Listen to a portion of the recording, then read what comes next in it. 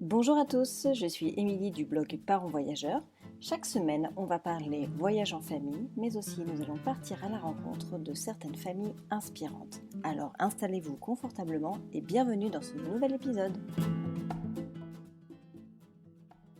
Bonjour les parents voyageurs, j'espère que vous allez bien. Alors je commence tout de suite cet épisode par vous souhaiter une excellente année 2021, qu'elle vous apporte de la joie, du bonheur, surtout une excellente santé pour vous ainsi que pour vos proches. On espère pouvoir repartir sur les routes du voyage en 2021, c'est notre plus grand souhait, que ce soit des petits ou des grands, on croise les doigts très fortement.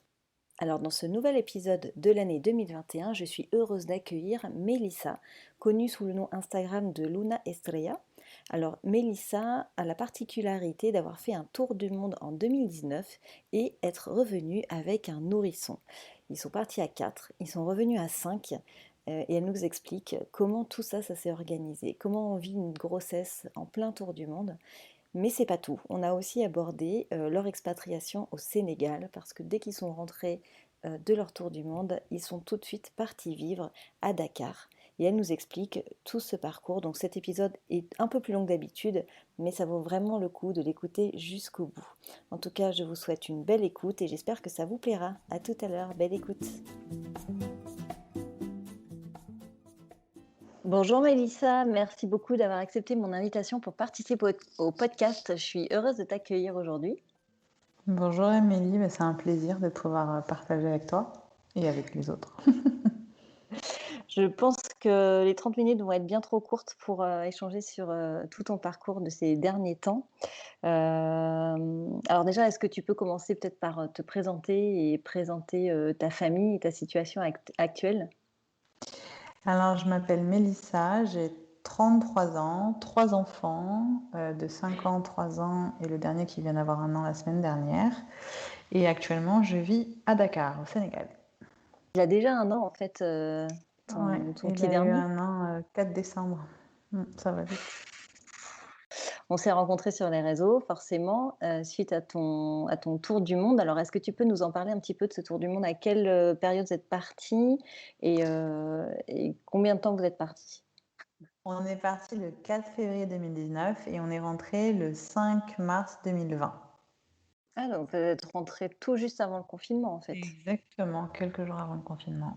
Ouais, donc vous avez échappé au retour précipité. Oui, on a eu de la chance de finir juste avant d'être confiné, on va dire. C'est pas le confinement qui a arrêté notre voyage, c'était prévu Ouais. ainsi. Ouais, donc ça c'est plutôt une bonne nouvelle.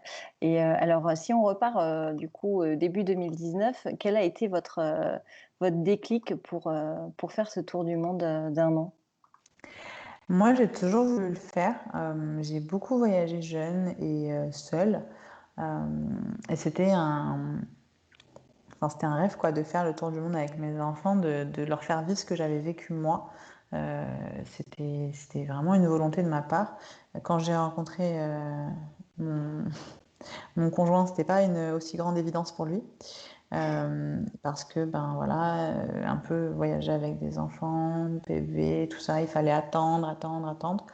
Et on avait donc Mélian, mon premier, quand il a commencé à me dire bon bah quand il aura 2 3 ans, on pourra partir. Et en fait, au 1 an de Mélian, je suis retombée enceinte, c'était pas prévu, de mon deuxième. Et là, je lui ai dit, ben écoute, en fait, la vie, elle est faite de plein de surprises et de plein d'imprévus. Et si on attend toujours le moment idéal, on partira jamais. Donc, je lui ai dit, on part, quoi. Et il m'a dit, bon, bah, si tu veux qu'on parte, je veux quand même que mon enfant soit plus un nourrisson, donc attendre qu'il ait 18 mois. Donc, on est parti quand mon deuxième avait 19 mois. Voilà.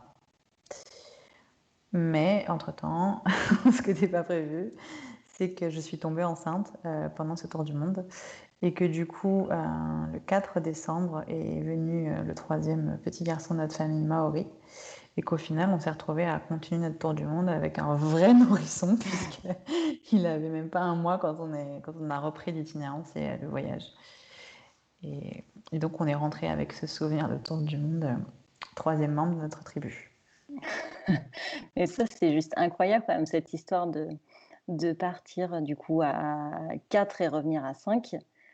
c'était fou, c'était enfin impensable pour nous. Enfin, c'était vraiment pas dans nos projets ni même envisageable. Et c'est vrai qu'au début, la première réaction quand on a découvert la grossesse, enfin, on s'est dit, mais ça va tout mettre, enfin, ça va tout compromettre, on va dire. Sur le coup, on s'est dit égoïstement, oh là là, mais enfin, c'est notre voyage, c'est notre rêve. Non, quoi, il peut pas s'arrêter comme ça. Et avec un peu de temps, j'ai dit, ben, il s'arrêtera pas en fait. Je veux pas l'arrêter pour le bébé, je veux adapter au bébé. Mais on continue ce tour du monde, on est parti, on rentre pas. Donc j'ai accouché au Mexique et on a continué à voyager. Après, on a fait le Mexique, le Guatemala, le Belize, le Cambodge et on est rentré. Alors du coup, est-ce que vous aviez fait quoi déjà comme itinéraire globalement, avant la grossesse et On a après? fait. Alors on est parti, on a commencé par le Népal, donc on a fait Népal, Birmanie, enfin Myanmar donc, Laos, Chine, Australie, Nouvelle-Zélande, Nouvelle-Calédonie, Fidji, Tonga, Polynésie française, États-Unis, Canada, Mexique, Argentine, Brésil, Mexique pour accoucher, et après Belize, Guatemala et Cambodge. Mais les pays de fou que vous avez fait, Ouais, non, c'est fou. c'était incroyable. Et donc du C'était coup, quand vraiment. tu as su que tu étais enceinte, alors, les pays, ils étaient adaptés à la situation ou enfin, comment du coup vous avez géré cet itinéraire par rapport à la grossesse? En fait, on est parti sans vraiment d'itinéraire en tour du monde. On est parti avec un aller simple pour le Népal. On savait qu'on voulait faire théoriquement un peu d'Asie, un peu d'Océanie, un peu d'Amérique du Sud et l'Afrique. On devait faire aussi l'Afrique. Quand on a su que j'étais enceinte, eh ben on s'est dit que ça tombait bien d'avoir rien d'organisé parce qu'on allait aviser au fur et à mesure de comment je me sentais, de comment se passait la grossesse, parce qu'on peut pas forcément prévoir, quoi. On sait pas trop comment ça allait. Mmh. Donc j'ai eu de la chance parce que finalement on s'est retrouvé en Océanie après à partir des 3 mois, donc de 3 mois pour les rendez-vous, donc ça a été plus facile, on va dire, les suivis médicaux, les rendez-vous, etc. Après, honnêtement, j'ai pas adapté mon itinéraire à ma grossesse. J'ai fait tout ce que je voulais faire. La seule chose qu'on n'a pas fait, c'est l'Afrique parce que bah, il fallait qu'on s'arrête pour accoucher et que bah, c'était plus facile pour nous d'accoucher au Mexique plutôt que de partir sur l'Afrique pour l'accouchement. Enfin, c'est pas forcément plus facile, peut-être c'était plus une crainte qu'on avait nous. Voilà, l'Afrique on connaissait pas, c'est arriver en terre inconnue voilà, pour accoucher. Mmh. Je préférais la sécurité d'un pays comme le Mexique où, euh, où je savais un peu comment ça fonctionnait, où on était venu avant en fait pendant le voyage. Après le Canada, avant de descendre en Argentine, on est allé au Mexique rencontrer la sage-femme parce que j'ai accouché à la maison, voir si c'était faisable, comment ça se passait, etc. C'est-à-dire prendre les informations avant de continuer le voyage. Donc on est reparti, c'était fin août, on est reparti après septembre, octobre, novembre, et on est revenu début novembre, 3 semaines avant l'accouchement au Mexique pour l'accouchement. Donc ça n'aurait pas été possible sur l'Afrique puisqu'il Mmh. fallait se projeter quoi. Et là on était serein en fait. À partir du moment où on a rencontré la sage-femme, ça a concrétisé la chose. On a juste vécu le voyage. Non mais c'est fou, tu parles de ça, avec une sérénité, enfin c'est incroyable, enfin, parce que là, c'est une grossesse vraiment pas comme les autres. Comment tu C'est bon vrai et que après, alors, après ce qui est fou, c'est qu'en fin de compte, la grossesse, je l'ai quasiment pas vue parce que on était tellement dans notre voyage, dans l'organisation, dans le vécu de ce qu'on était en train de vivre, que c'est vrai que la grossesse, elle est passée au second plan dans le sens où bah, j'étais enceinte, oui, mais notre tête, elle était complètement dans ce qu'on vivait, dans les émotions, dans les rencontres, dans tout ça. Et finalement, on n'a pas vu passer cette grossesse parce qu'on était en train de faire un millier de choses en même temps. mmh, ouais, vous étiez en train de vivre votre rêve aussi à côté. Et je pense que du coup, c'est vrai que ça nous a beaucoup détachés de toutes les questions qu'on peut avoir au début, enfin, surtout sur une première grossesse quand on devient parent, de est-ce que je vais y arriver, comment ça va se passer, etc. Là, on était vraiment dans le vivons l'instant et on verra quand il arrivera. Les questions, on les a eues au tout début quand on a découvert qu'on était enceinte. Enfin, moi, nous deux, on a eu beaucoup de mais comment on va faire? Trois, c'était pas prévu, trois enfants, ils sont petits, enfin voilà, est-ce qu'on va l'aimer autant? Quelle place il va avoir? Toutes ces questions-là, on les a eues. Et puis après, on s'est dit, vivons le truc. Et quand ça arrivera, il va falloir ajuster. C'est comme tout, partout. Enfin, un deuxième, un troisième, c'est voilà, c'est un ajustement. Ça se fera avec le temps qu'il faudra. On n'y est pas. Prenons l'instant présent et vivons-le, quoi. C'est une belle Et c'est ce qu'on a fait. philosophie. Oui, puis peut-être que le fait que ça soit la troisième grossesse, tu en avais déjà vécu deux, il y a plus rien de nouveau en fait, même si la grossesse enfin chaque grossesse est différente, pardon, mais il y a pas cette découverte, la Tout à nouveauté. fait. Tu avais déjà vécu ça et Ben oui, il y avait déjà l'expérience des autres grossesses. Il y avait aussi le fait que ben on se connaît mieux, on connaît son Mmh. corps, et puis et en fait, ben j'avais toujours en tête de me dire que partout dans le monde, les femmes accouchent et que si j'ai besoin d'un soin ou de consulter, je sais que je pourrais le trouver n'importe où en fait. Donc ça, c'était le côté quoi qu'il arrive, je sais que j'aurai accès à un médecin, une sage-femme, un gynéco. Enfin, donc c'est rassurant de se dire, bon, voilà, tant que tout va bien, profitons, mais si ça va pas, je sais que derrière, je peux avoir des soins, quoi. Ouais, mais tu jamais eu peur, par exemple, de la barrière de la langue ou justement des différences de culture? Si tu arrives dans un continent où les on va dire les manières, d'approche en fait de la grossesse sont complètement différentes de la nôtre. Tu as été confrontée à ça? Alors en fait, au début, quand j'ai su que j'étais enceinte, je m'étais un peu renseignée sur certains pays pour savoir si je pouvais y accoucher. Et c'est vrai qu'il y a des pays où, par exemple, ouais, l'accouchement à la maison c'est interdit, ou il y a des pays où il y a un gros taux de césarienne, on va dire. En l'occurrence, au Mexique, beaucoup de femmes programment leur accouchement parce qu'elles ne veulent pas souffrir. Donc elles disent, moi je vais accoucher tel jour à telle heure, et elles vont se faire une césarienne. Elles essayent même pas par voie basse, même s'ils n'ont pas de pathologie. C'est une espèce de culture un peu différente Mmh. de ça. Et c'est là où je me suis dit, bon, ben, moi j'ai un projet de naissance à la maison, j'ai un projet. Donc il va falloir que je cherche l'endroit où c'est possible. Après, j'étais, j'ai toujours été à terme dans mes deux grossesses. J'étais persuadée d'aller à terme aussi, donc je me suis pas inquiétée plus que ça avant, on va dire. J'ai pas, Mmh. j'ai compté sur mon vécu, on va dire. Et donc du coup, ce projet de vouloir accoucher à la maison, il est venu d'où en fait? Est-ce que c'est parce que tu avais pas eu l'occasion de le faire avec tes autres grossesses ou Tout à fait. c'était un projet, En que tu avais fait, en tête? c'est venu de mon premier accouchement. Mon premier accouchement, j'étais, on va dire, j'étais une jeune mère novice en France. Voilà, j'ai suivi ce qu'on m'a dit. Et tous les mois, j'allais faire ma prise de sang. Tous les mois, j'allais, enfin, voilà, j'ai pas cherché à midi à 14h. J'ai appliqué bêtement ce qu'on m'a dit, ce que me disait mon médecin. Et malheureusement, j'ai eu un accouchement, enfin une expérience d'accouchement qui a été très dure pour moi à vivre parce que j'ai été déclenchée après terme. Je suis tombée sur une équipe médicale qui ne m'a absolument rien expliqué de ce que c'était qu'un déclenchement, ni de douleur, ni aucune compassion. J'ai beaucoup souffert, la péridurale n'avait pas fonctionné.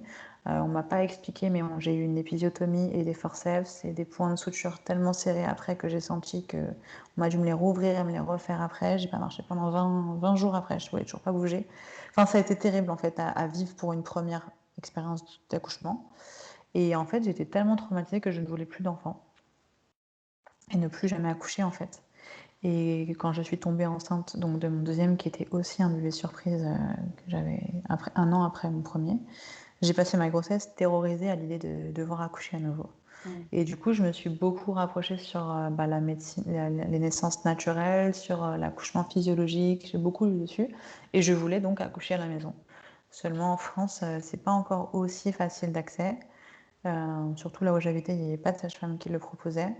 Donc du coup, j'avais décidé d'avoir un accouchement le plus naturel possible, de faire mon pré-travail à la maison, mais surtout enfin, j'étais armée de, maintenant je sais ce que je veux pas, je sais qu'on veut qu'on me parle, je sais qu'on me touche pas sans mon consentement, enfin, toutes ces choses-là en fait que j'ai appris.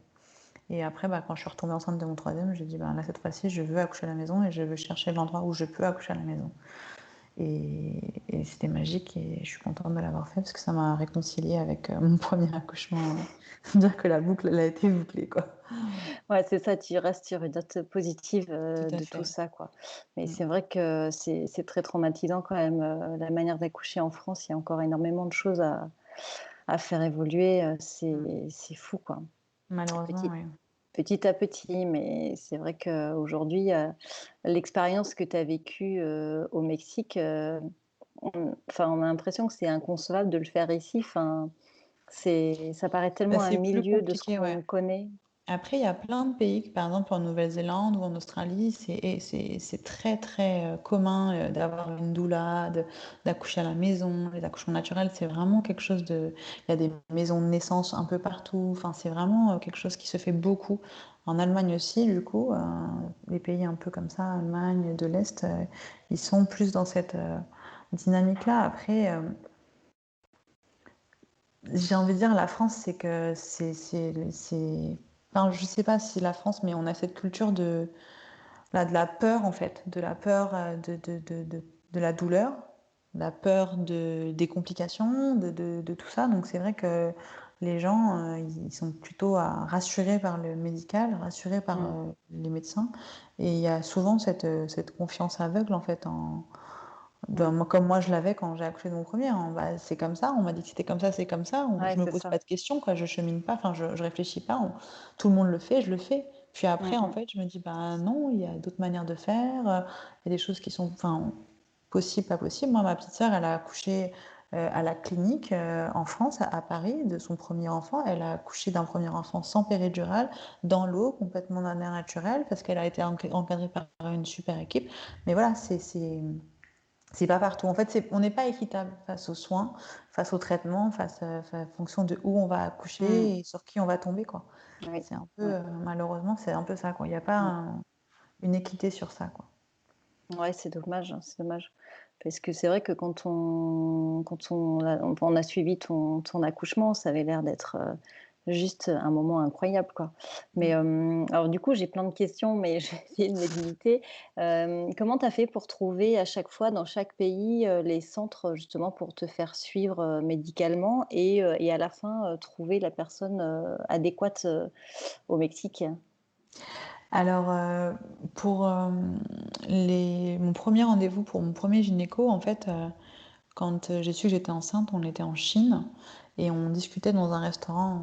Enfin, on était à la frontière du Tibet avec mon mari et mes enfants. On était en train de discuter de la grossesse, justement. Et il y a un couple qui était assis derrière nous qui nous a dit: Ah, mais si vous cherchez quelque part pour faire une échographie, moi j'ai vécu 15 ans en Nouvelle-Calédonie, je connais quelqu'un, je peux vous donner les coordonnées. Parce que, en fait, en tour du monde, sans téléphone, depuis étranger, contacter et prendre rendez-vous dans un pays où on ne sait pas quand on arrive, c'est hyper compliqué. Donc, elle m'a donné les coordonnées d'une sage-femme par mail. Donc, je lui ai tout de suite envoyé un mail en disant, voilà, écoutez, je suis en tour du monde, je viens d'apprendre que je suis enceinte. Je dois faire une échographie, j'avoue que je ne sais pas où. Enfin, en Nouvelle-Calédonie n'était pas dans notre itinéraire, mais si ça peut se faire là-bas, tant mieux. Et après, elle m'a dit, ben, en fonction de combien vous êtes enceinte, il faudra venir à telle date. Donc, elle m'a pris rendez-vous avec un gynéco et elle m'a donné rendez-vous telle date. Donc, le 31 mai. Donc, on a dit, bon, bah, vite, il faut qu'on organise l'itinéraire pour être au 31 mai en Nouvelle-Calédonie, parce que je dois aller chez le gynéco. Et c'est comme ça que j'ai fait mon premier rendez-vous médical. Et ce gynéco-là, quand je lui ai raconté un peu mon parcours, il m'a dit: «Ah bah écoutez, si vous comptez aller en Polynésie, moi je rentre de Polynésie, mon meilleur ami vit là-bas, il est gynéco à Papeete, je vous prends rendez-vous, puis voilà, telle date vous allez au rendez-vous et 3 mois plus tard, faites votre deuxième écho là-bas». Et donc il m'a pris mon deuxième rendez-vous avec ce docteur en Polynésie française. Non, mais c'est Ah, fou. ouais, mais c'est ça en fait. En fait, c'est tellement représentatif du voyage, parce que finalement, le voyage, c'est ça, c'est des rencontres, des échanges, des gens qui vous donnent un conseil sur un lieu qu'ils ont vu. Enfin, c'est le meilleur guide de voyage finalement, c'est la population, c'est les Mmh. échanges, c'est les rencontres avec d'autres voyageurs, parce que c'est le vécu qui permet de savoir où aller, quoi faire. Enfin, nous, parce que pendant qu'on arrive quelque part, on demande toujours, mais enfin, vous mangez où vous? Enfin, voilà, à quelqu'un qui vit dans le pays. Mais Mmh. vous, c'est où vous préférez manger? Pas un guide de voyage, mais Et vous allez où le week-end quand vous avez envie de vous baigner? Vous allez, enfin voilà, parce qu'il y a plein de petits coins qui sont cachés que seuls les locaux connaissent en fait, parce qu'ils sont habitués, c'est leur pays en fait. Et bon, Mm, ça a mm, mm. marché pareil pour finalement les rendez-vous médicaux, quoi. Et ça a été que comme ça à chaque fois. Mais voilà, vous allez où si vous allez là chez le médecin? Ah, bah, je vais là-bas. Ok, bah, je peux prendre le numéro, bah, je vais y aller. Et ça s'est fait comme ça. Et pour la sage-femme, par contre, c'est par les réseaux sociaux, donc, parce que je suis d'une famille bien connue dans le monde des voyageurs qui s'appelle Family Cost, qui était enceinte aussi et qui à l'époque devait accoucher au Panama. Donc on avait beaucoup échangé sur son accouchement au Panama, si elle me le conseillait, etc. Et, ça, moi, ça me plaisait pas le Panama du tout, donc j'avais un peu laissé tomber. Et un jour, elle m'a dit, écoute, finalement, j'ai changé, je vais accoucher au Mexique et j'ai rencontré la perle rare. Et tiens, voilà, c'est coordonné quoi. Et du coup, ben, je lui ai Mm. envoyé un message à cette sage-femme en lui disant, écoutez, j'ai ces projets-là. Elle m'a dit, on se rejoint, enfin, rendez-vous demain. Je lui dis, bah là, je suis à Vancouver. Attendez, je dis, chérie, on prend un billet d'avion, on va au Mexique demain. Il me dit, quoi? C'est pas prévu ça. Je dis, non, mais peut-être qu'on a trouvé une sage-femme. Il m'a dit, ok. Et donc, à 23h, j'ai adressé mes billets. Et le lendemain, on est au Mexique. Et voilà. Et du coup, on a rencontré la sage-femme. Et tout de suite, ça a été, voilà, c'était une évidence, c'était elle. Donc ça nous a soulagés. On a fait quelques temps au Mexique et puis après on a continué le voyage, on est parti. D'accord, non mais c'est incroyable quoi. Je sais pas si tu te rends compte, mais enfin, tu me dis tu es à Vancouver, le lendemain tu te retrouves au Mexique pour rencontrer ta future sage-femme. Enfin c'est fou Oui, quoi, oui, c'était enfin fou. C'était fou, mais nous, en fait, on l'a vécu tellement de manière naturelle que enfin, ça nous ouais, paraissait la normalité, en fait. C'est vrai que ouais. quand on le raconte, les gens nous disent, mais enfin, enfin, c'est des trucs que on n'entend jamais, mais enfin, moi, je me vois encore en me disant, ah, tiens, j'ai reçu un message à Sacha, mais il était 23h, je lui dis, je regarde les billets d'avion, on part au Mexique. Il me dit, mais en fait, on est, enfin, c'est pas prévu. Je lui dis, oui, mais enfin, il faut bien qu'on trouve une sage-femme. Donc, enfin, Elle est c'était dispo, bien, on y c'était va pas quoi. prévu, quoi. Elle est dispo, elle me propose de la rencontrer, on va la rencontrer, allons-y. Donc, naturellement, on a pris l'avion pour aller la rencontrer. C'est fou et donc du coup cette sage-femme elle parlait, français ou espagnol? Elle parlait espagnol parce qu'elle était allemande. J'avais D'accord. vécu au Mexique depuis 20 ans. Et du coup, on parlait espagnol avec elle. D'accord et donc du coup, tu es restée au Mexique pour préparer, en fait, ton projet de naissance, avec elle et après vous avez repris la route? En fait, on est resté une dizaine de jours. Du coup, on l'a rencontrée, on a discuté avec elle une première fois. Ensuite, on est parti visiter un peu au côté de Valladolid, Chichen Itza et l'île d'Elbox. Et puis au retour de cette boucle, on est revenu la voir en lui disant, écoute, c'est bon pour nous. Donc elle m'a dit, elle m'a dit, ce serait bien que tu sois là 6 semaines avant l'accouchement. J'ai dit, oh, 6 semaines c'est long, hein. 3 semaines c'est bien. Elle m'a dit, bah 3 semaines max dans ce cas-là, parce qu'il faut qu'on fasse des examens pour l'accouchement à la maison. Enfin, il faut vérifier plein de choses. Donc voilà, rentre. Et ensuite on est parti. Donc on est parti. Après on est parti à New York. Et de New York, on est parti en Argentine. Voilà, donc on a fait D'accord. 6 semaines en Argentine, qui était extraordinaire. C'est un pays que j'aime tellement, l'Argentine.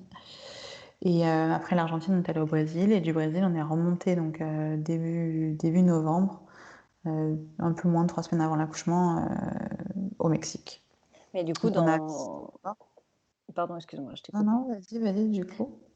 Du coup, ils t'ont pas, embêté, pour prendre l'avion, à 8 mois plus de grossesse? Alors en fait, de tout le voyage, je crois qu'on m'a demandé une fois de combien j'étais enceinte. Et le reste, on m'a rien dit. Mais en fait, ce qui s'est passé, c'est que sur ce voyage-là, donc de Rio à Cancun, on avait une escale. On avait une escale à Bogota, en Colombie.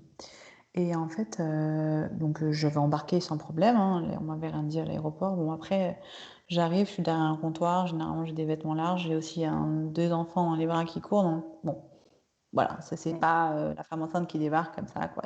C'est le contexte qui fait que ça se noie un peu dans le truc. Mais en fait, quand j'étais dans l'aéroport à Bogota et que je marchais comme une femme enceinte de 8 mois et demi qui, voilà, bien imposante, quoi, je suis passée devant le commandant de bord de mon vol. Et en fait, 2 minutes après, j'ai l'hôtesse de l'air qui vient me voir et qui me dit, Madame, pour embarquer, il me faut un certificat médical. C'est-à-dire que j'en ai pas, madame. Enfin, je veux dire, les gars, ma valise, elle est dans l'avion depuis Rio, je suis censée aller au Mexique. Enfin, justement, j'accouche au Mexique, c'est pour ça que j'y vais, si vous pouvez me laisser embarquer et tout.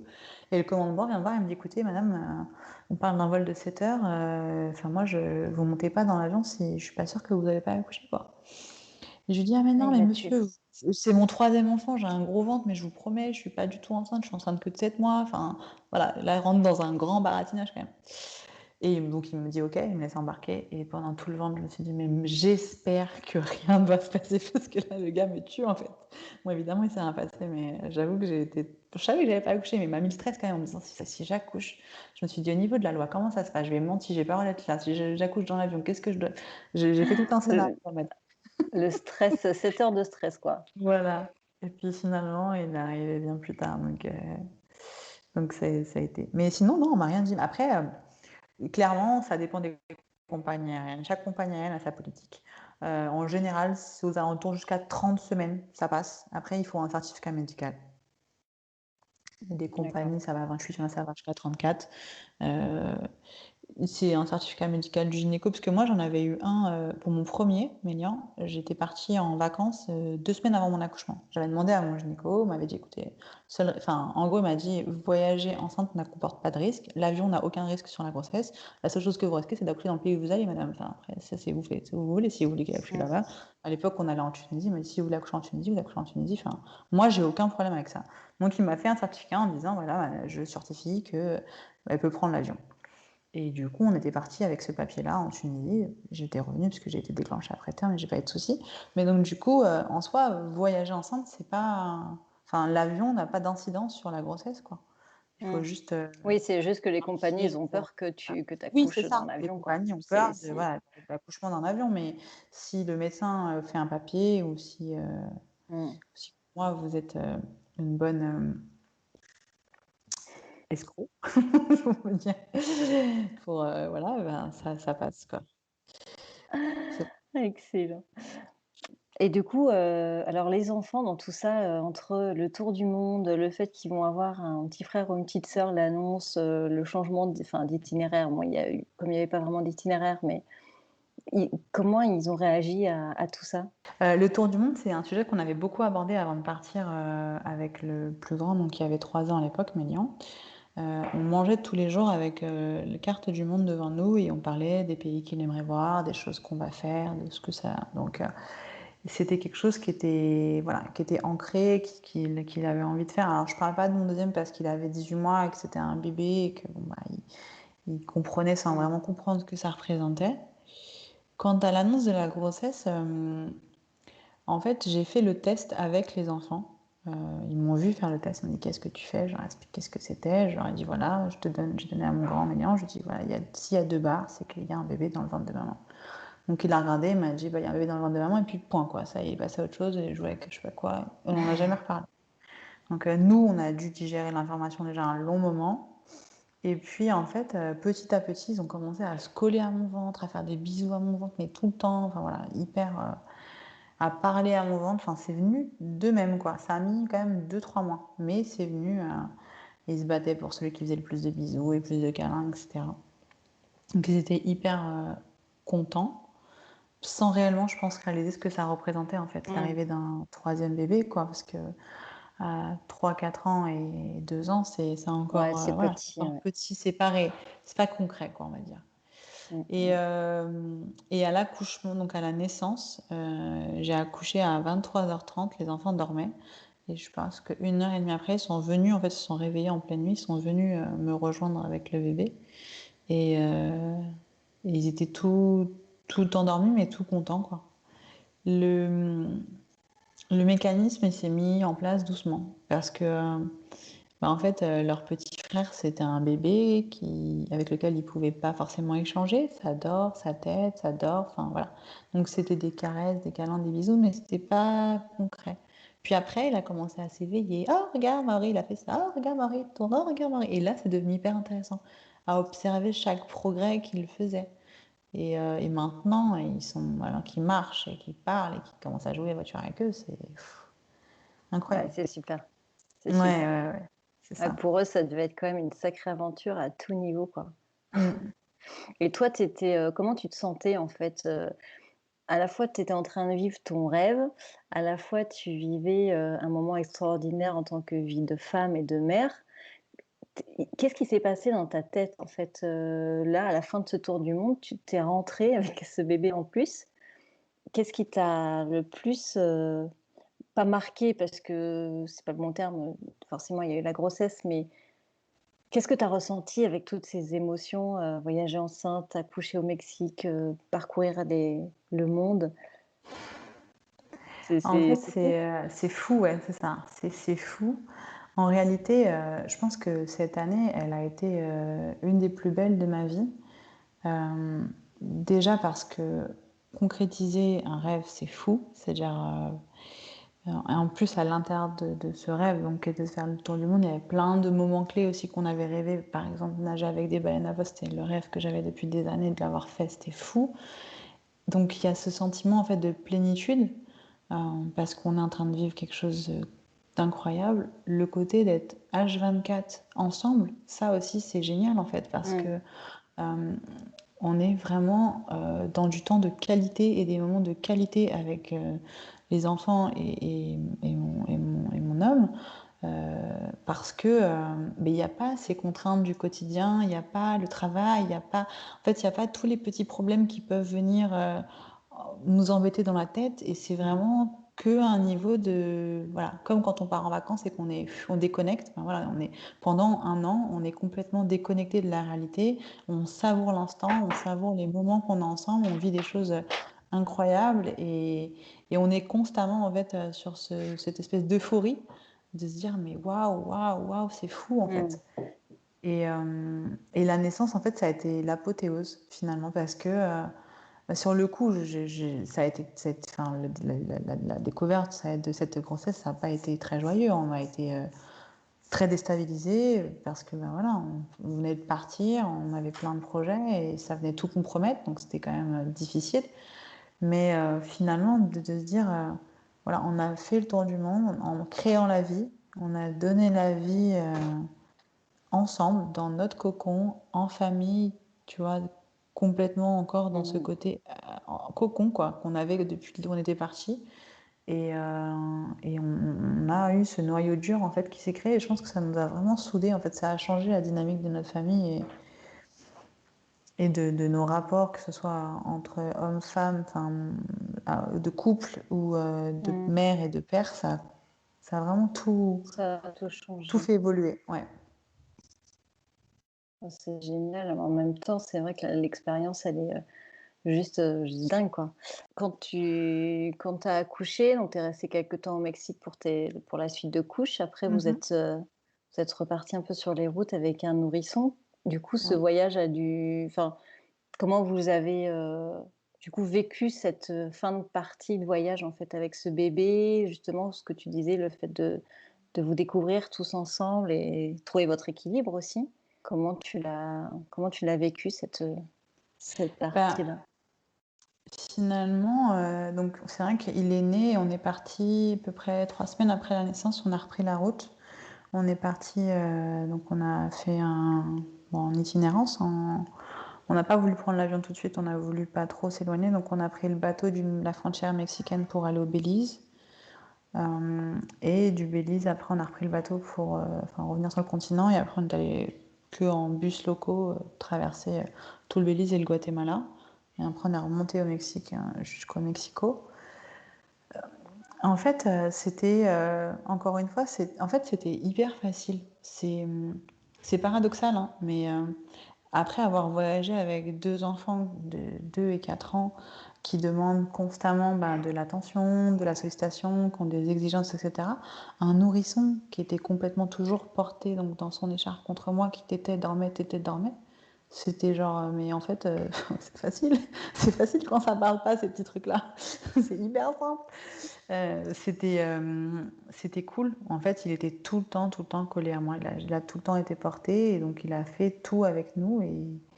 Et moi, j'ai adoré en fait parce que j'ai eu l'impression de materner beaucoup plus qu'à la maison. Parce que finalement, il n'y a pas la possibilité de le poser. On n'a pas de poussette, on n'a pas de tapis d'éveil, on n'a pas de parc, on change d'endroit tous les jours. Donc il était que porter en portage sur moi ou Mmh. dormir sur moi. Donc c'est vrai que j'ai vraiment eu le sentiment de créer encore un lien plus fusionnel dans ma maternité avec le bébé et en même temps d'avoir la liberté de pouvoir aussi profiter des grands, d'être disponible pour eux Mmh. parce que ben, j'ai tout fait avec eux, j'ai continué à vivre avec eux en ayant mon bébé sur moi. Et ça, c'était chouette. C'est fou comme quoi, en fait, quand on a la première grossesse, on se dit: «On a besoin de quoi pour un bébé?» On achète tout Mm, un tas de trucs c'est clair. et en fait, toi, tu avais une écharpe de portage Et rien et d'autre. rien Mmh. d'autre. Des couches C'est lavables aussi, incroyable. j'avais des couches lavables, mais c'est vrai, même de bain, on n'a jamais fait de bain, on faisait des douches parce que, ben, voilà, en guest house, auberge de jeunesse, Bah, la ouais. baignoire, il y en a pas, donc bah, c'était une douche collée contre maman, c'était chouette aussi finalement. Enfin voilà, on a ouais, on a hyper simplifié la façon de faire avec le bébé, tout en évidemment s'adaptant à son rythme, mais il dormait sur moi, donc enfin, c'était chouette, Ouais. quoi. Pour lui, c'est que du bonheur, quoi. Mmh. Beh oui, parce que d'un autre côté, il était toujours contre sa maman, donc il était Mmh. rassuré malgré tout ce qu'on pouvait vivre ou voir et nous, on a pu profiter, pleinement en fait de Mmh la fin mh. du voyage. Ah, c'est fou. Alors vous êtes rentrés à la fin de ce voyage. C'était quoi les projets normalement, de ce retour? Alors en fait, moi, ça a été, assez vite clair pendant le tour du monde que, ben, j'aurais pas pu reprendre une vie, classique, routine, en région parisienne. C'était une Vous veniez de évidence. Paris de base, c'est ça? Ouais, de Vous banlieue êtes parisienne, on est de ouais. 93. Donc moi, c'était évident que voilà, c'était pas possible. Au début, on avait dit: «Bah, on verra si dans le tour du monde, il y a un pays qui nous plaît, pourquoi pas envisager?» et cetera. Il s'est avéré que le coup de cœur qu'on a eu, c'était sur, ben, l'Océanie, notamment, Nouvelle-Calédonie, Polynésie, voilà. Donc ben, tout de suite, on s'est beaucoup projeté sur le fait de vivre là-bas et ben, après, il y a la famille derrière qu'on avait quittée pendant un certain temps et que bah, vivre à 24 heures d'avion de la famille, ça implique clairement, ben, on les voit beaucoup moins, quoi. Donc on s'est dit que ben, on n'allait pas partir aussi loin tout de suite, mais moi c'était évident que j'allais repartir en fait. Pour Seb, c'était pas du tout la même évidence. Lui, ben, il voulait se réinstaller, travailler un peu, mettre un peu d'argent de côté, remettre de l'argent de côté puisqu'on avait tout, tout gaspillé, et partir d'ici 2 ou 3 ans. Et moi, je lui ai dit, en fait, après avoir vécu ce que j'ai vécu, si tu m'enfermes en région parisienne, je vais décéder, en fait. Enfin, je vais, pas C'est décéder, mais clair. je veux dire, je vais dépérir, quoi. Je vais être malheureuse, vraiment. Je peux pas, c'est pas possible. Donc, je lui ai dit, écoute, on essaye de postuler à l'étranger sur des postes, on regarde ce qu'il y a de disponible, puisque donc lui, il est prof de sport. Moi, je ne travaille pas pour l'instant parce que je m'occupe des enfants. Et je lui dis, on regarde et on voit si ce qui est faisable, si ça se concrétise ou pas. Et le problème qu'on avait était que lui ne voulait pas vivre dans une grosse ville. Voilà. Et après avoir vécu complètement tout le temps quasiment en pleine nature, des grands espaces, hein, voilà, la liberté, il ne voulait pas se retrouver dans une grosse ville. Mais bah, les établissements français à l'étranger, généralement, ils sont dans les Mmh. grosses villes. Donc, en fait, on avait vu un poste au Sénégal qui était dans un lycée français, mais qui n'était pas à Dakar, qui est donc à Sali, qui est sur la côte, station balnéaire du Sénégal. Et c'était genre parfait pour nous, quoi. C'était idéal. C'est pas une grosse ville, c'est un lycée français, c'est pas très loin de Paris, c'est 5 heures de vol, donc la famille peut venir, on peut rentrer. Enfin, tout rentrait dans les critères, donc on Mmh. s'est très vite projeté dessus, bien avant même de postuler et voilà. On s'est très vite, enfin moi en tout cas, je me suis très vite visualisée là-bas. Et en fin de compte, le poste n'était plus à pourvoir quand on a postulé, quoi. Donc là, j'ai pris le CV de Seb et j'ai envoyé dans toutes les écoles de Dakar voilà, qui enseignaient en français des candidatures spontanées. Et un jour, il a reçu une réponse en disant je comprends pas, j'ai un entretien d'embauche, c'est pourquoi à Dakar. Ça, je dis ah écoute, essaye, on verra bien, on en reparlera après, quoi. Et en fait, il a eu tout de suite le poste. Mais donc moi, j'étais trop contente. Et lui m'a dit, attends, je vais quand même réfléchir, c'est une grosse ville, non, non, non, non, non, non. Je lui dis, mais non, fonçons, allons-y, on verra bien, c'est pas bien, on s'en va. Enfin, voilà, moi, je suis très comme ça. Lui, il est complètement à l'opposé. Il faut qu'il pèse le pour, le contre, qu'il se projette, qu'il réfléchisse, qu'il étudie, qu'il machin. Moi, c'est oui tout de suite, on verra après si ça marche pas. Et bon, bah, il a fini par craquer, il a cédé, et on est parti au Sénégal. Voilà. Donc c'est comme ça que ça s'est fait en fait, ce départ, Cette expatriation, ouais. ouais, hyper proche de votre, retour en fait. Tout s'est joué Bah, tout s'est sur ce fait pendant le poste. confinement, en fait. On est rentré, on s'est trouvé confinés. Enfin, c'était évident qu'il fallait qu'on bouge, quoi. C'est pas nous, on est comme ça, on bouge tout le temps. Mmh. Il nous fallait ça, quoi. Et Donc, donc du coup cette expatriation, cette vie au Sénégal, alors comment ça se passe, c'est comment la vie là-bas? alors, moi, j'adore Dakar. Moi, j'étais déjà venue avant lui, connaissait pas du tout l'Afrique. C'est la première fois qu'il vient en Afrique. Moi, j'adore Dakar parce que c'est une très grosse ville. Mais quand on descend en bas de chez soi, on a l'impression d'être dans un village, quoi. Dans le sens où voilà, il y a encore des routes qui sont pas goudronnées, c'est du sable, il y a la calèche qui passe, il y a les vendeurs ambulants, il y a les coins des rues. Enfin, c'est très vivant, c'est très voilà. Mais ça reste une très grosse ville, ça reste quand même pollué, donc c'est vrai que c'est pas, il n'y a pas que du positif. On est content pour l'instant. Voilà, on a du soleil toute l'année, on vit au bord de la mer, on marche 5 minutes, on a la plage, donc ça c'est quand même chouette avec les enfants. Mais c'est vrai que dans un monde idéal, on aimerait quand même vivre moins dans une grosse ville. Parce Mmh. que ça reste embouteillé, pollué et puis bruyant, quoi. Mais moi, j'adore. Je trouve que pour une découverte culturelle, même pour les enfants, pour s'imprégner d'une autre culture, d'une façon de vivre, voilà, les Sénégalais, c'est quand même des gens hyper accueillants, hyper gentils. Enfin, il y a c'est beaucoup de rencontres, beaucoup de sourires, beaucoup d'échanges, donc c'est vraiment chouette. C'est une Ouais, super expérience.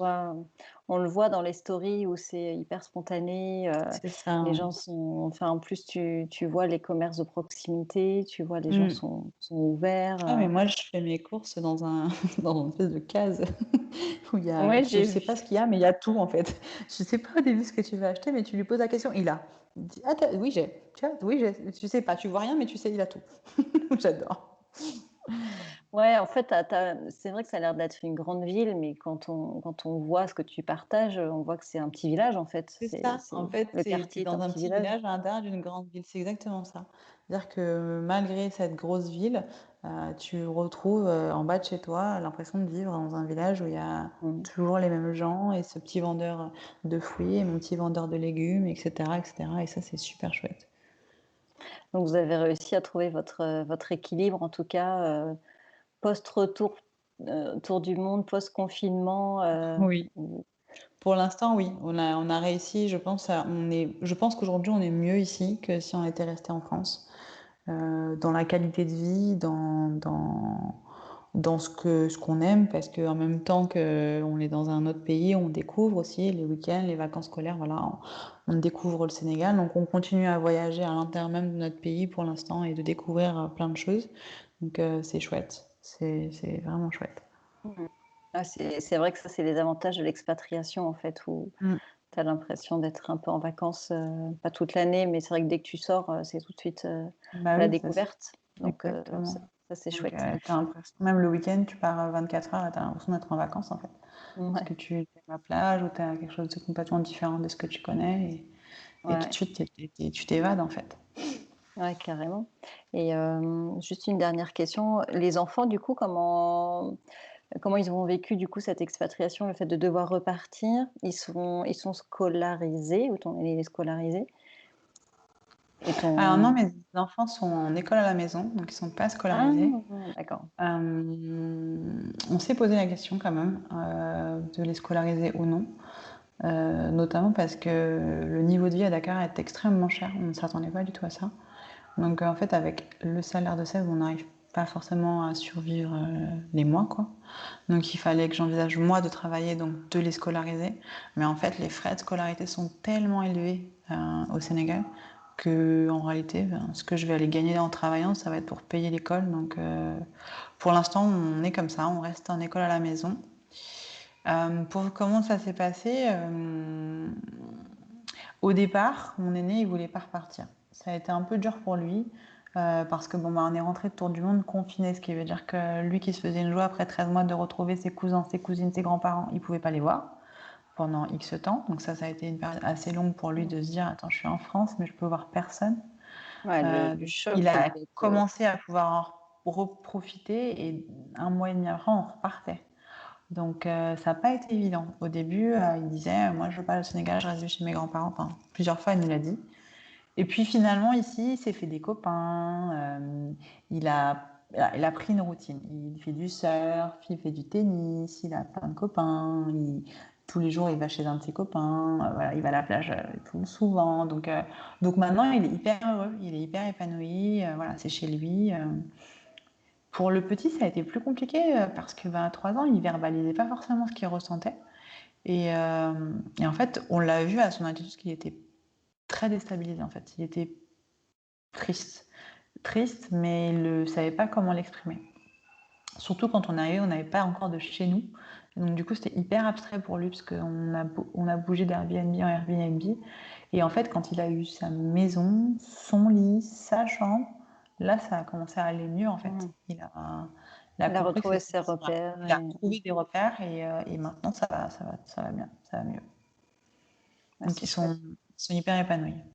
Bon, c'est chouette. Et toi, tu te sens épanouie dans ce rôle de maîtresse d'école? Parce que l'instruction en famille, c'est quand même une responsabilité Ben, vis-à-vis d'eux, mais c'est aussi enfin, une pression, quoi. Non, ça te stresse pas? Comment tu te sens?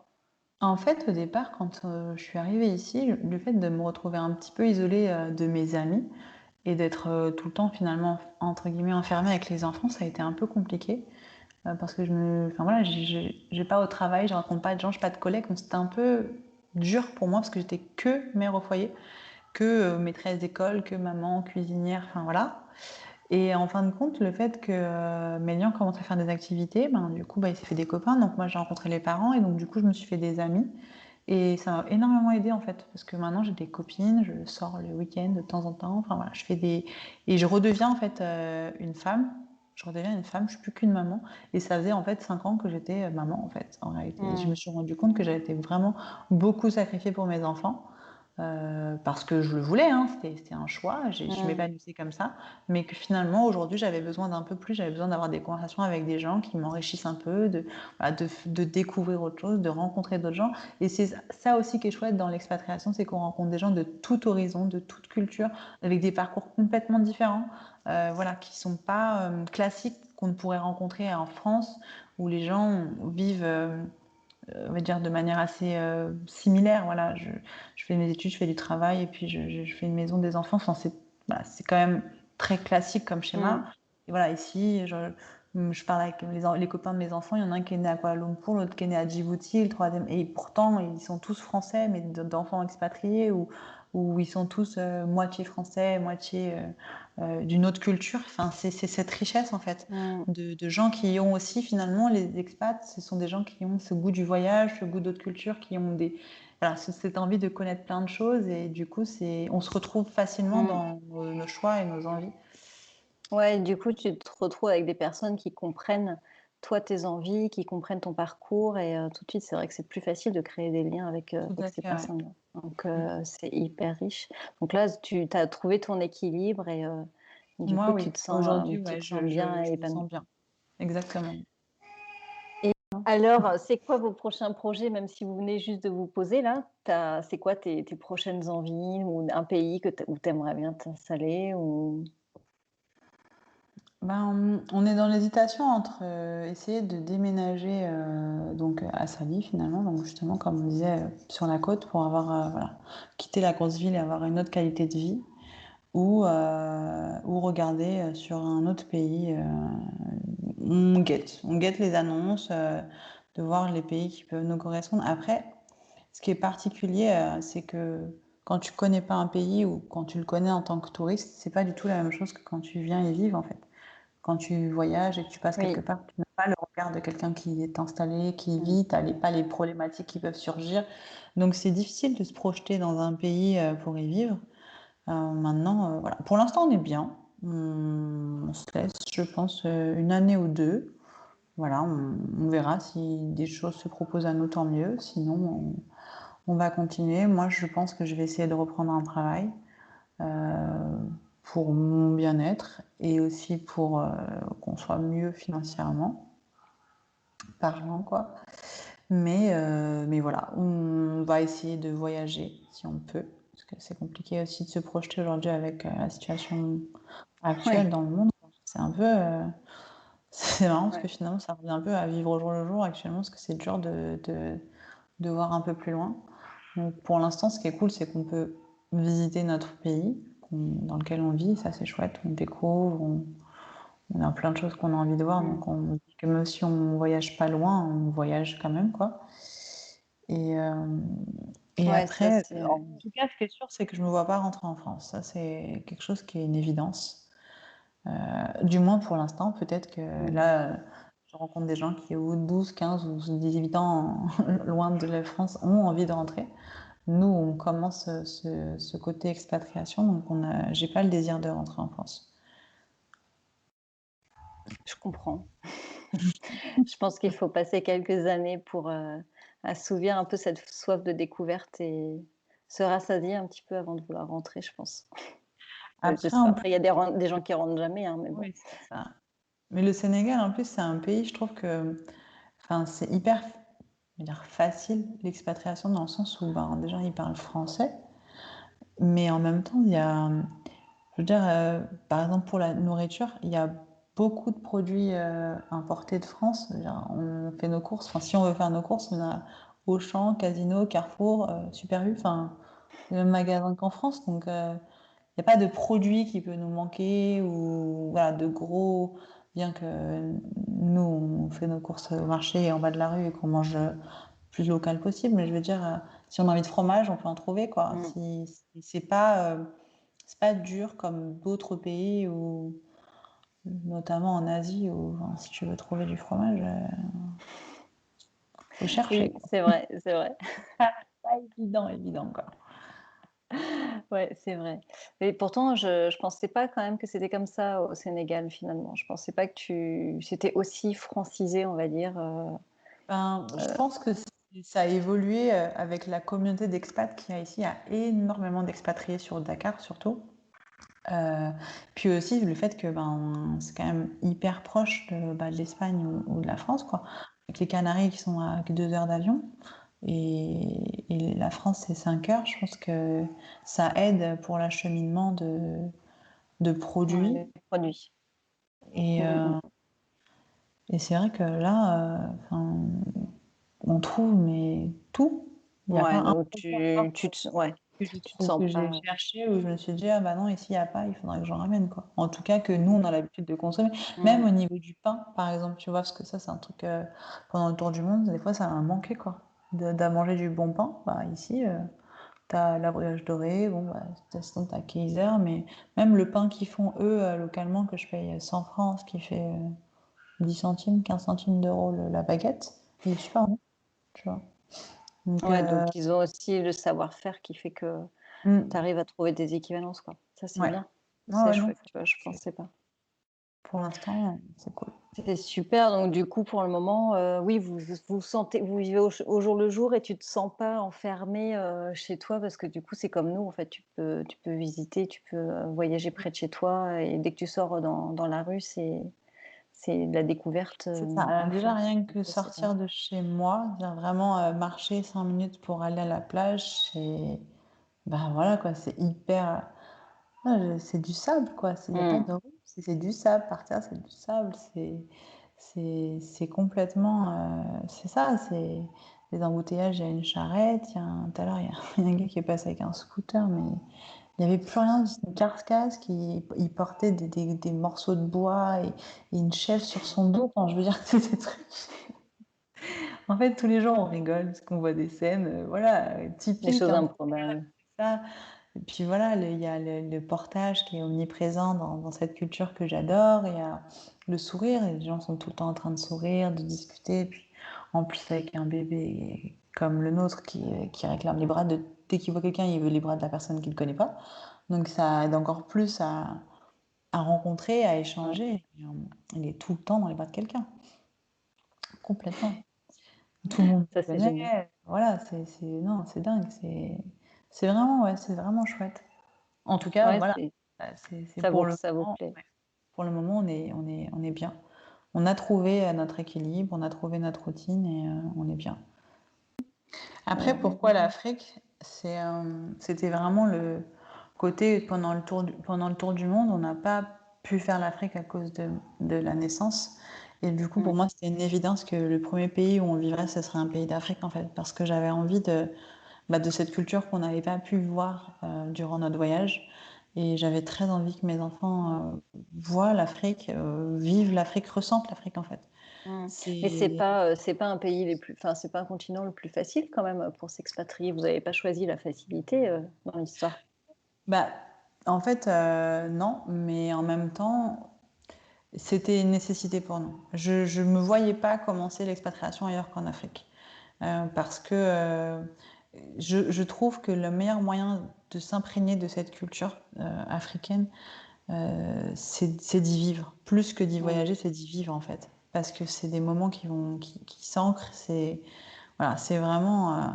Moi, quand je vois mon fils jouer au football avec des petits Sénégalais au bas de la rue, je dors, quoi. Je fonds en Mm. fait.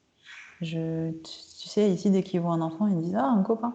Parce qu'ils sont tellement habitués à ce que tout de suite ils jouent à la plage, dans la rue. Le moindre enfant, ça devient un ami et le moindre bout de parcelle devient un terrain de jeu.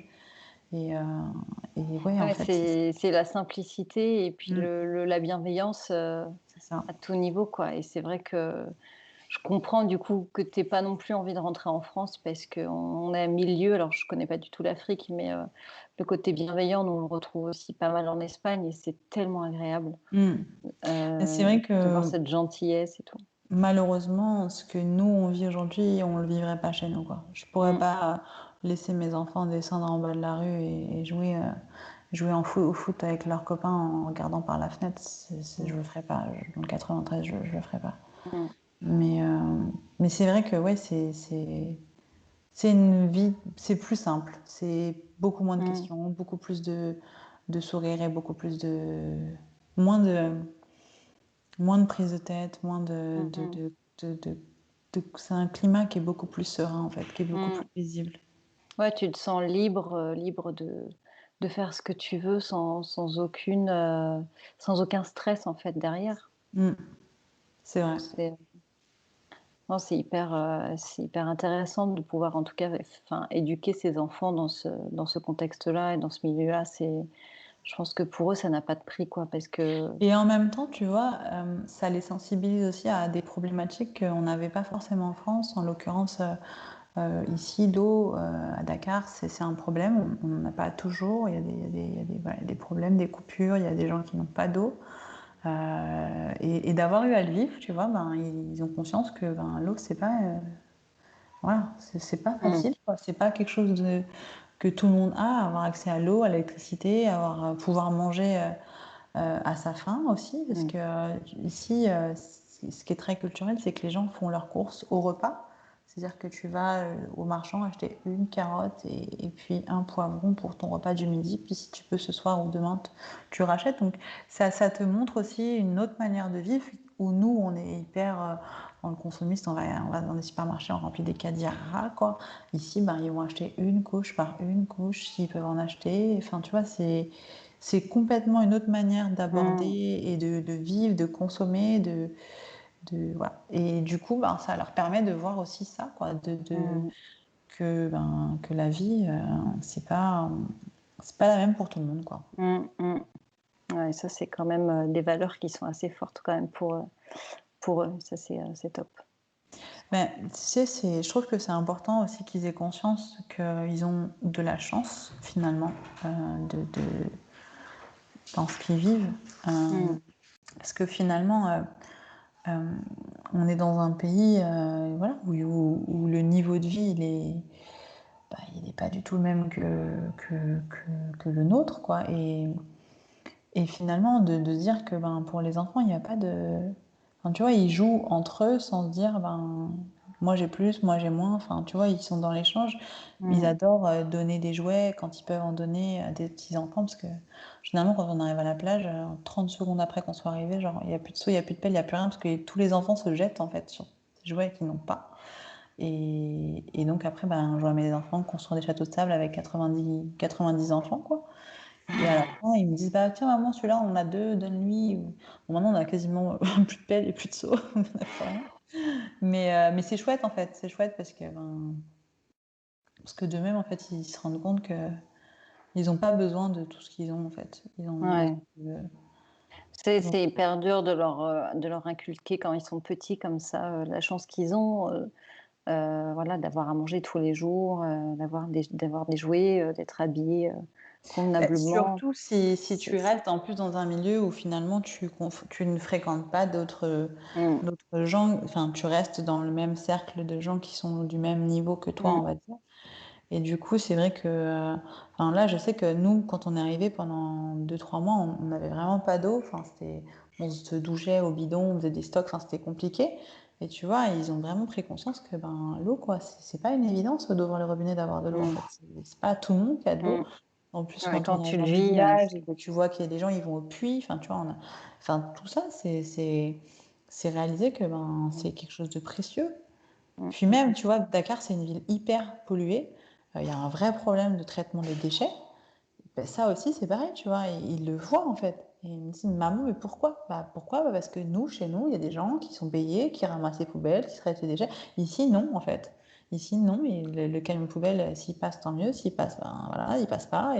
Et les gens, ils savent pas. Et donc, du coup, bah, tu te rends compte, t'as vu, tu trouves ça sale. Ah oui, mais ça pollue la planète. C'est pour ça qu'il y a des poubelles. C'est pour mm, ça. Enfin, tu vois, il y a plein de thématiques qu'on mm. t'aborde. Et il y a plein de choses voilà, qu'ils observent, mais surtout qu'ils vivent. Parce que finalement, pour un enfant, c'est concret, tu vois. Je pourrais leur Oui, expliquer à la maison, leur dire, tu sais, comme les phrases me dit ma mère, nous, quand à Noël, on avait une orange et c'est tout. Enfin, tu vois, ça veut rien dire.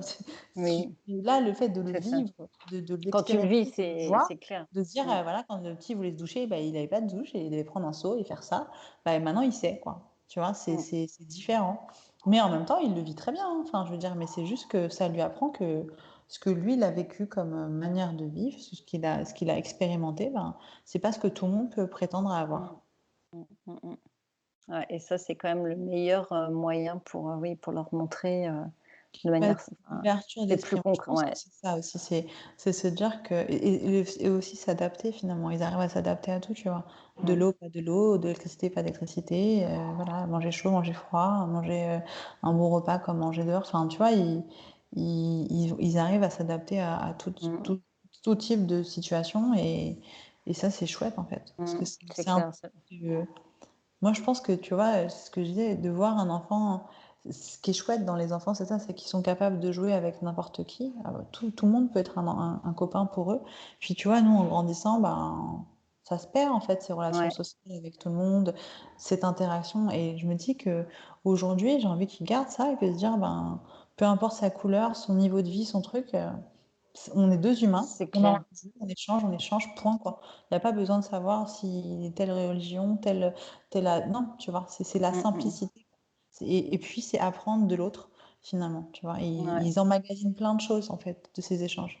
Oui, parce Plein que pour eux, ça va être la normalité. Donc, au final, oui, ils absorbent les choses et pour eux, c'est, ouais, c'est normal. de Et en choses, fait, de parler avec tout le monde et il faut des gens comme ça pour demain, pour notre planète. ah Enfin, oui, j'espère. c'est, ouais, ouais, il faut cette ouverture d'esprit que t'as pas. Et j'ai envie de dire, c'est quand tu es expatrié, c'est encore même pas la même chose que quand tu fais du voyage au long cours ou C'est clair. C'est pas c'est, les mêmes liens que tu crées non, avec la non, communauté dans laquelle tu es, en fait.